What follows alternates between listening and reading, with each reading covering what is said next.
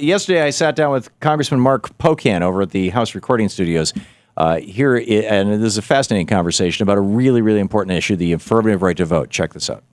Congressman Mark Pocan is with us, representing the great state of Wisconsin, and thank you for sitting down with me. Oh, absolutely, Tom. Thank you. I'm very pleased to have this conversation. You are right at the leading edge of what is one of the most important issues in the country right now, and that is the affirmative right to vote.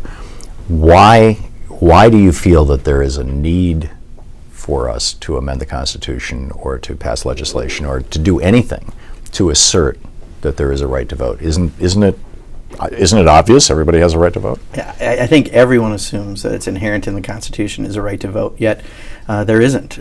There's protections against discrimination, but there's no affirmative right to vote. So what happens in the state of Wisconsin, where I was in the legislature for 14 years, and every other legislature in the country, they see these measures to inhibit voting, whether it be registration, early voting, photo IDs, etc.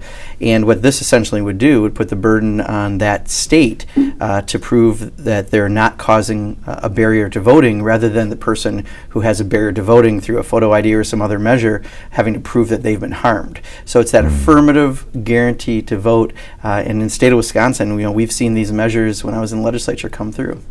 Is it that right now, as an individual, you're sort of like presumed guilty until you prove you're innocent? You've got to demonstrate that you are eligible to vote, and the mechanism is turned upside down, and you're trying to right it? Well, I think this is part of that is that slippery a good metaphor? Well, it's like the slippery slope of watching, the Republicans always finding ways to try to stop things too often, or those who want to stop voting rights have tried to find ways to inhibit who can vote.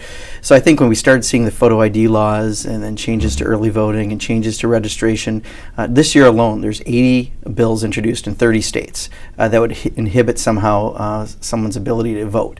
And just this year? Just this year, 2013. And there'll be more before the year's over. Yeah, we're 5 months into the year. Yeah, exactly. So this puts the burden on the state to have to then prove that it won't somehow inhibit the vote. And we've seen long lines at polling places. In Wisconsin, our photo ID law actually was ruled unconstitutional because of our Wisconsin Constitution has an affirmative right to vote. And when we had two major court decisions explicitly said, because of our right to vote in the Wisconsin Constitution, that they stopped these laws that would have been more restrictive and affected seniors and low-income people and students from voting. So we saw it work in Wisconsin. We thought it would make strong sense to have this nationally, and that's why we're proposing it. Wasn't, to a certain extent, Bush v. Gore the wake-up call for all of us? And if so, please explain or share with our viewers and listeners how so. Sure. Well, it was explicitly said during the court case that there is not a right to vote in the Constitution, which really probably was when what started some of these bills really fast-tracking realized, hey, there might be a little bit of a loophole in the law of how to pull forward ways to inhibit that right to vote. So that court case is really fundamental. And coming from the state of Wisconsin, Wisconsin, Minnesota, and Maine are usually 1, 2, and 3 in different order depending on the year for the turnout. We have some of the greatest turnout. So we're really proud of people being able to vote early. We have same-day registration and other measures that make sure someone has that ability. But when you hear that court decision and you see what was decided, we certainly saw the negative effect, and now what we're seeing in 30 states just this year alone. All right. So what's the process? The process is, it's a House resolution number 44. Right now we're getting co-sponsors. We literally just introduced it officially last week here in the House. We're having organizations look at it, gaining support that way. I think really pivotal are the two main Supreme Court decisions this year that we're going to hear on voting rights. That let's start this public conversation, because I think just as we started talking about this, people believe there is already a right to vote in the Constitution. There's not. And just this morning I did Wisconsin Public Radio. Someone called in who was calling in to oppose the law, and as they're listening to the conversation on their hold, they go, you know what, I've changed my mind after listening to this. And realizing that, instead of having many laws that affect voting, let's just make it fundamental. You have to prove, if you're going to pass a law, why it wouldn't stop someone from having that right. And I think, the process, if we do this now and have it go through this step and have it go through some of the interest groups that might be looking at this, we can really start building the movement you're going to need to actually get this to be passed. Because we know it's not an easy task, but we have to start that conversation, especially in light of all these laws. So this is a House resolution which would become a bill, basically, that would call for a constitutional amendment. Right. This is the beginning of the process to do that. And what we're hoping is by having this conversation right now, it'll build that momentum. Because again, I think the average person on the street supports it at a fundamental level. But how do we build the grassroots support? Is this the constitutional amendment that you're proposing? This is. Yeah, this is. So it is the constitutional amendment? Yes. So is there somebody in the Senate who's introducing No, not at this point. Right now it's Keith Ellison from Minnesota and I are the main authors. I think we've got about 6 or 7 original co-sponsors as we dropped the bill, and now we're gaining additional sponsors by talking about it as we put it out there. Right. But it also has to happen in the Senate. Yeah, absolutely. But this is the start of at least the process to do that. That is absolutely great. And with regard to this, ultimately, constitutional amendments not only have to be passed by the House and Senate by a supermajority, but they also have to be ratified by 3/4 of the states. Yep. Are there state organizations? Are there state groups that are interested in this, that are working on this? What's happening out in the rest of the United States, outside the bubble here, the Beltway? Sure. There's a number of fair vote groups that have already expressed interest on this, and in Wisconsin, United Wisconsin is taking some very grassroots steps to try to start build momentum for it. I think we're going to see that stretch again, especially as we see these 2 court decisions be decided by the Supreme Court.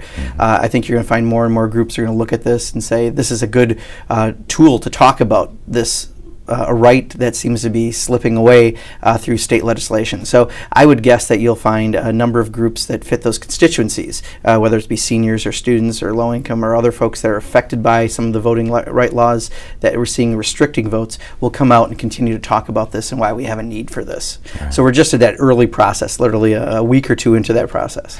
What can individual people do, people who are watching the program or listening to the program right now? What can they do to support your efforts, Congressman Pocan? Yeah, I think reach out to your member of Congress and ask them to sign on to the bill. It's really important. The more you can get sponsors on, the more you continue to build interest in the bill. Write editorial, letters to the editor, etc. Do whatever you can to talk about this and get organizations they're with to try to sign up and have support for it. The more we can build this is only going to come from the grassroots. I mean, I don't expect the Koch brothers are going to come to our assistance anytime soon. No, I think if anything, they're going to be opposing it. Oh, exactly. I think they'll do everything they can to try to keep the laws in place that are they're being proposed right now in all these other states. So we have to build this from the bottom up. We have to get the popular support. We have to get the people support for this. And if we can do that, we can definitely have that conversation about that fundamental right that we have to democracy is the right to vote. My brother and I have the exact same thing in common in one way with the Koch brothers, and that's we all have one vote and it counts as one vote. Right. So as much as they're going to take their money and use that influence to try to distort the process, we all have that fundamental equalizer and that right to vote, and we have to make sure everyone has that. You're right.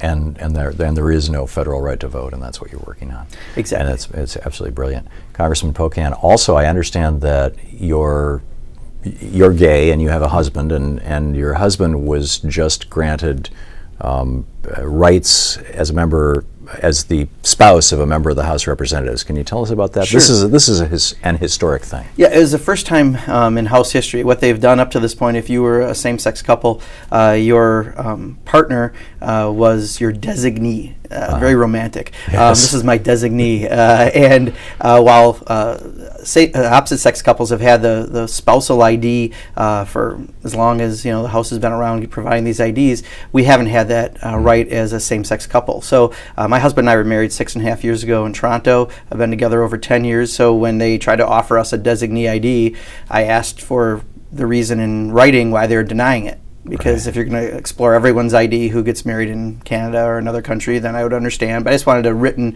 explanation, and they didn't want to provide that. So we've been pushing it for about 4.5 months, and thanks to Leader Pelosi's office, who's been extremely helpful, the House leadership officially said he could have that. And that's just an important step as we continue this process moving forward of making sure that we have full marriage equality and other equality. And I'm very proud that we were able to get that done in the House. Full and equal rights for all. Absolutely. That's extraordinary. Absolutely. Congressman Pocan, yeah. Thank you so much for being with us. Thank you, Tom. Really appreciate it.